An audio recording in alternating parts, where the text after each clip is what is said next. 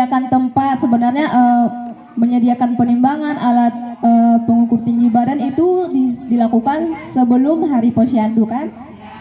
Baru yang selanjutnya melakukan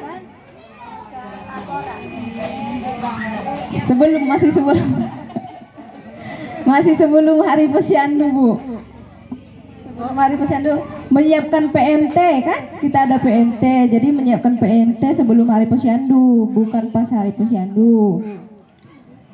Terus setelah kita lakukan sebelum Hari Posyandu, pas Hari Posyandu kegiatan apa yang kita lakukan? Itu ada yang disebut dengan 5 meja. Yang pertama itu apa, Ibu-ibu? Pendaftaran itu pendaftaran siapa aja? Yang pendaftaran balita dan ibu hamil kan gitu. Yang kedua penimbangan, lalu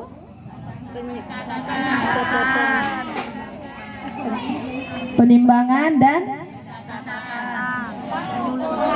pengukuran. Nah, jangan lupa ya, di pencatatan itu di meja keberapa? Meja ketiga.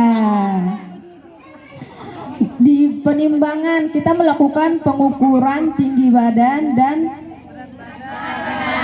lingkar lila, berat badan, seluruhnya harus kita periksa, lingkar kepala.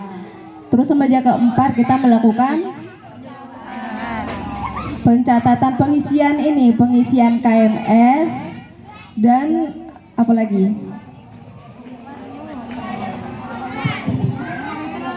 Pengisian KMS, terus melihat imunisasinya juga kan?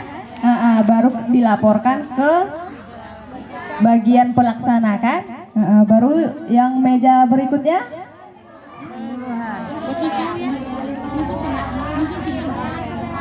meja keempat dulu. Tadi kan ketiga kan pengisian KMS. Meja keempat apa?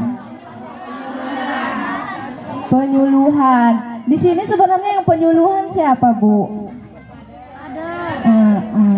Kader kan. Tapi bukan penyuluhan harus sesuai dengan ini. Apa yang Ibu tahu bisa Ibu kasih penyuluhannya kepada masyarakat gitu ya kan. Terus yang meja kelima kesehatan. Baru pelaksanaan, di situ imunisasi, pemeriksaan ANC.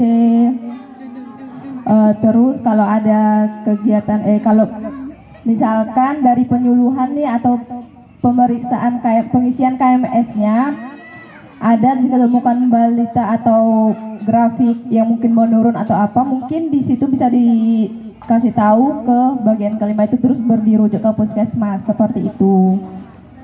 Jadi dari kita jelaskan lagi dari yang meja yang kedua, pengukuran dan penimbangan berat badan. Mungkin itu yang kita kulas sekarang ya Ibu-ibu ya, karena masih banyak kadang yang kita lihat di praktek masih mungkin entah karena lasak bayinya atau kayak mana, jadi masih banyak yang masih cuman yaudah sekedar ditimbang aja gitu loh, tanpa melihat langkah-langkah yang sebenarnya penimbangan itu seperti apa. Kalau dari pengukuran tinggi badan itu langkah-langkah yang bagusnya seperti apa? Langkah-langkah yang sebenarnya pengukuran tinggi badan, dia yang bisa berdiri.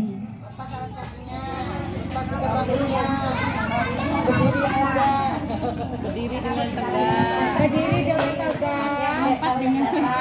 Ya, benar semua. Cuman harus kita perhatikan dulu tempat dan alat kita ini sudah sesuai enggak. Kalau sebenarnya pengukuran tinggi badan dan berat badan ini tak perlu pakai alas, karena dia hasilnya kadang nggak sesuai. Makanya kalau di posyandu lebih baik dia di lantai aja, jangan dialasi pakai tikar atau apa. Nah, kita lihat lokasinya sudah sesuai, sudah datar, nggak ada alas, baru kita kasih tahu ke balita atau orang tuanya untuk melepaskan alas kaki atau yang pakai topi, ya kan? Karena memang Ada kadang tipis, memang tipis sepatunya atau tipis topinya, tapi itu bisa mempengaruhi presentasi pengukuran dan penimbangan berat badan. Jadi bagusnya kalau seperti itu, dia meskipun balitanya nangis atau apa, memang kita harus mengarahkan untuk melepas sepatu dan topinya. Nah, posisinya dia harus berdiri tegak di atas pengukuran tinggi badan, hadapannya ke depan, harus menyamakan lututnya sama sama lutut tumit kakinya. Sama tumit kakinya, baru kita turunkan ini ke kepala ya. Jadi kalau yang pengukuran ini kan yang bisa berdiri. Kalau yang tidur Bu, yang bayi di bawah 2 tahun itu kayak mana? Iya, itu kita telantakan. Itu yang diukur kakinya, bukan ininya ya Bu, tapi tumit kakinya yang harus disamakan. Terus itu juga kita sebenarnya kalau pengukuran tinggi badan itu kita nggak bisa sendiri. Kita harus minta bantuan orang tua, atau mungkin kalau ada kader yang mungkin nggak ada kesibukannya, bisa kita minta tolong, karena sendiri itu nggak bakalan bagus hasilnya gitu loh. Satu orang harus memegang bahu atau menahan bahunya biar nggak miring mungkin badannya gitu loh. Jadi satu orang lagi menahan di kakinya, meratakan tumit kakinya.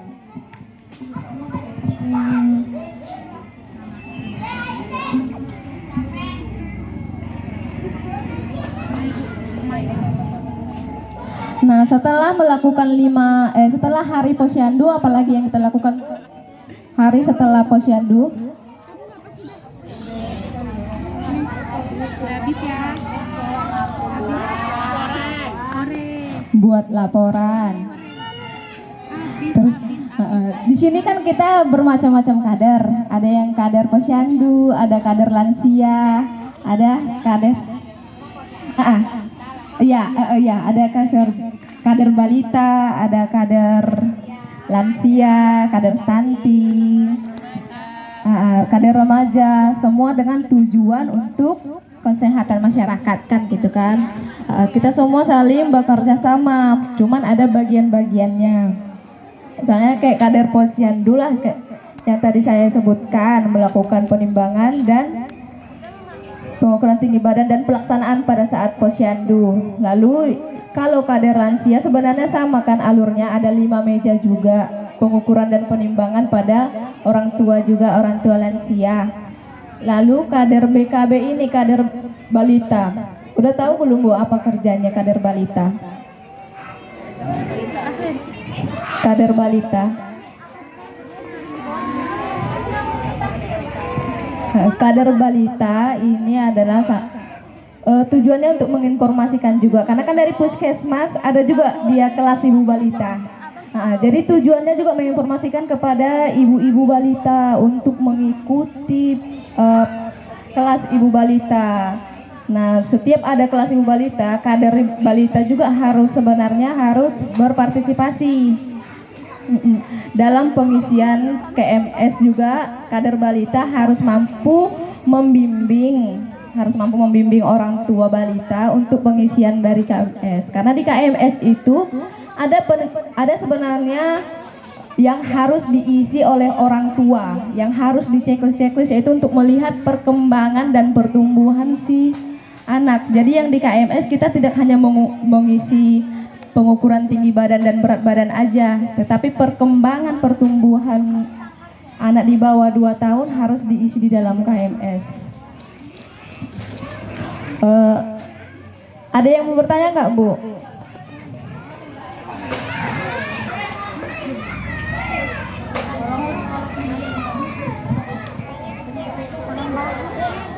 Ada yang mau ditanya Bu? Paham nampaknya. Udah pada paham nampaknya.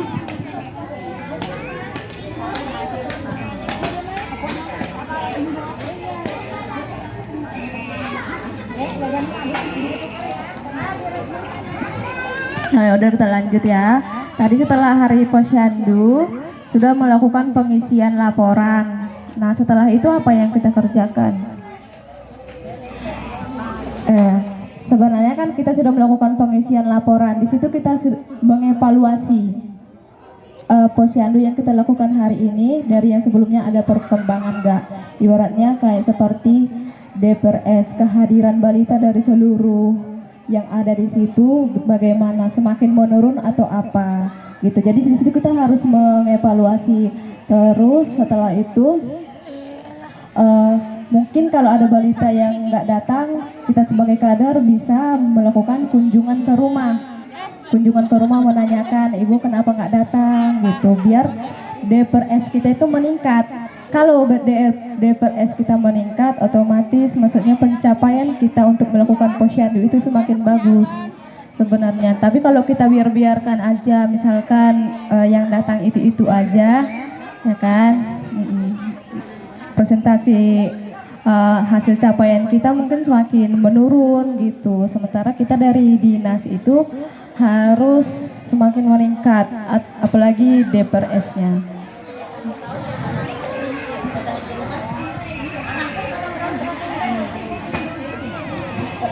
Nah, itu sebenarnya yang menjadi masalah kita dalam posyandu ini. Kalau balita sudah di bawah 2 tahun sudah selesai imunisasi kan? Sudah selesai imunisasi, pasti mereka udah ngapain lagi? Ngapain lagi datang udah selesai imunisasi? Ramenya. Cuman iya itu karena mindset dia nggak dapat lagi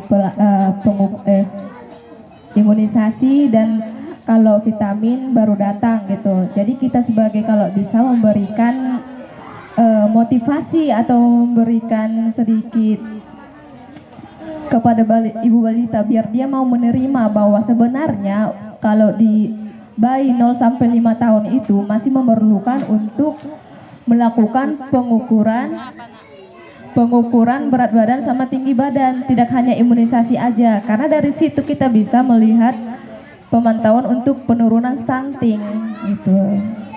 Jadi kita harus pelan-pelan mengajak orang tua agar bisa membuka pola pikir, bisa biar rajin datang ke posyandu kayak gitu. Sebenarnya di hari setelah posyandu itu kita harus mengevaluasi itu sih, Bu.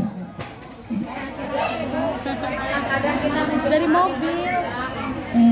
Cuman ibunya yang nggak mau ya.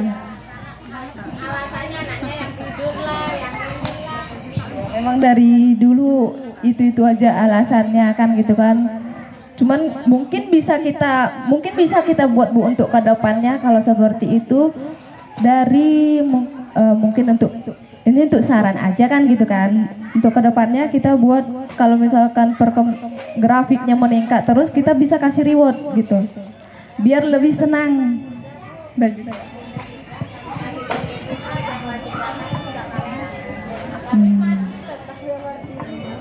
Masih tetap seperti itu ya. Pokoknya kita udah berusaha ya, Bu ya.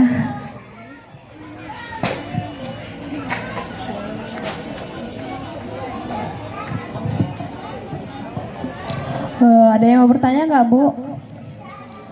Karena mungkin waktu kita juga sedikit kan. Sebenarnya penyegaran kader ini perlu juga kita mereview kembali cara pengisian KMS.